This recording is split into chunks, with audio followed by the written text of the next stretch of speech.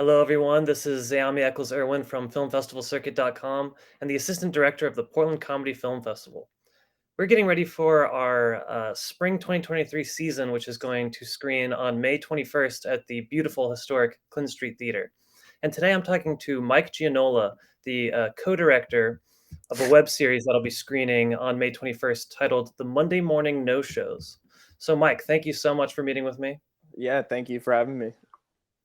So let's jump right in. What inspired you to make the Monday Morning No-Shows? Yeah, so I met my friend and kind of writing partner in this project, who's not here today, Jakob Lanter. We met at college, and we quickly found that we had like just this shared love of comedy. Now I'm from Oregon, and he's from Vancouver, British Columbia, or Squamish, as he'd like to distinguish. But yeah, so that was a very interesting sort of beginning of the friendship and relationship where I was kind of able to share with him Saturday Night Live and episodes from Key and Peele that didn't quite make it to Canadian YouTube. And he was able to show me things like Kids in the Hall and SCTV and stuff. So we very quickly grew this shared love of like sketch comedy and stuff. And we always wanted to do one of our own. And then sort of in our last semester of college, we were figuring out how do we get our start.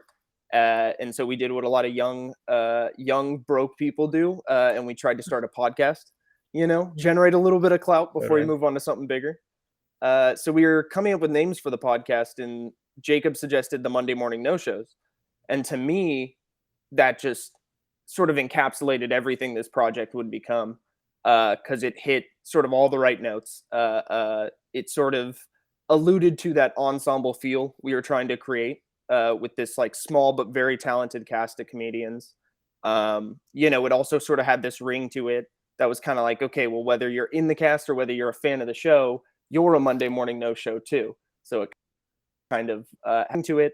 And then sort of all the sketches that are in this piece sort of kind of flowed from that feeling of what a Monday Morning No-Show is. Totally. As kind of weird as that sounds. Well, it really is a fantastic title. It has one of those kind of timeless rings to it. And it's interesting. So you're saying that you kind of you had a better insight into American sketch comedy, and then Jakob had insight into Canadian sketch comedy. You could kind of put that together. Yeah, exactly. And especially, when you're shut down during the pandemic, right?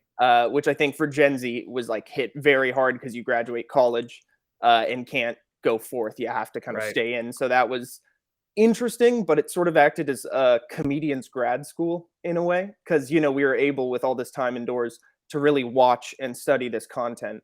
And like just Eugene Levy, Catherine O'Hara, John Candy from SCTV, everyone, Will Ferrell, Tim Stone, all those amazing people in the early 2000s, and just who've really all through all the years on SNL and stuff like that. So it was really nice to just be able to study them, study the writing, study their work from the whole continent, not just sort of America or Canada, but see what we all had in common. I really love that idea, that the crash course, the comedian's grad school. You have all this time to absorb all this content and take inspiration. Yeah. That kind of leads me to my next question. It sounds like this is maybe the first video project that you've worked on together. You started with podcasts, and then is this web series the first thing you guys are doing together filmed?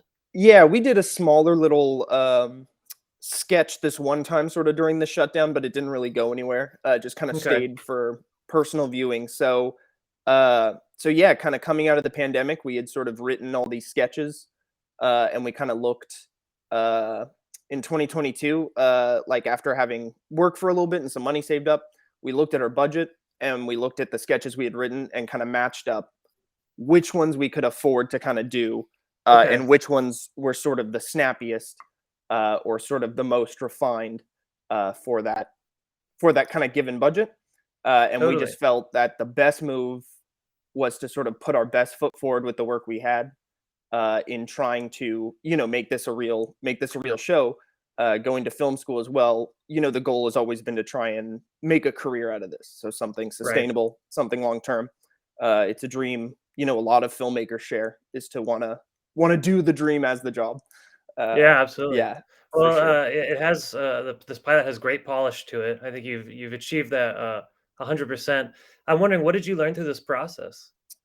Too much to share in one interview, I think. Yeah. Right. Too much, Any but highlights? yeah, but I think three things for sure. The first one is definitely just always be learning.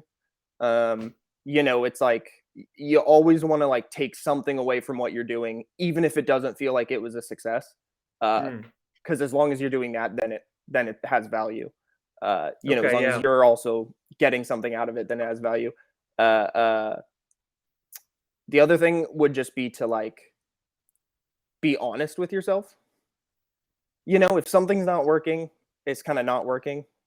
Uh, Okay. Yeah. uh, you know, um, it's sort of a fine line to walk, I guess, in terms of ego, but it is just like, you got to sort of commend yourself for what you recognize you're doing uniquely and well, and also realize when you're falling short and not being afraid to be honest with yourself about that, because it just makes the whole thing better.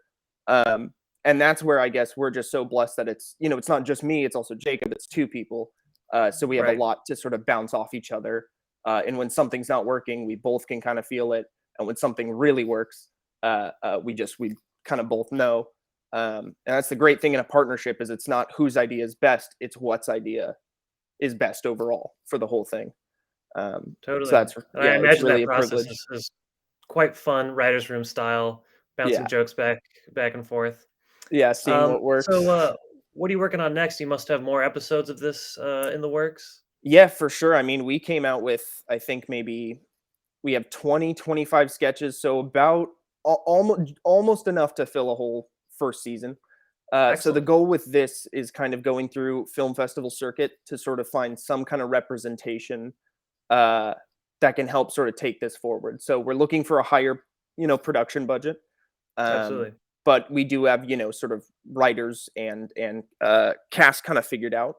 I think we had a couple actors not be able to make it because of flights and because Hmm. of some other conflicts. So we had some of the crew step in for this. So it's acting more as you could say, proof of concept than a pilot episode. But Okay. we're still Totally. hoping that sort of the heart and soul people can see in it enough to sort of find someone who might be interested in seeing what more it has to offer. Absolutely. Yeah. Well, is there anything else you'd like to add about the Monday morning no shows? I just that we're excited to be nominated. We really weren't expecting it, and that we're excited to attend and kind of see everyone's reaction to it.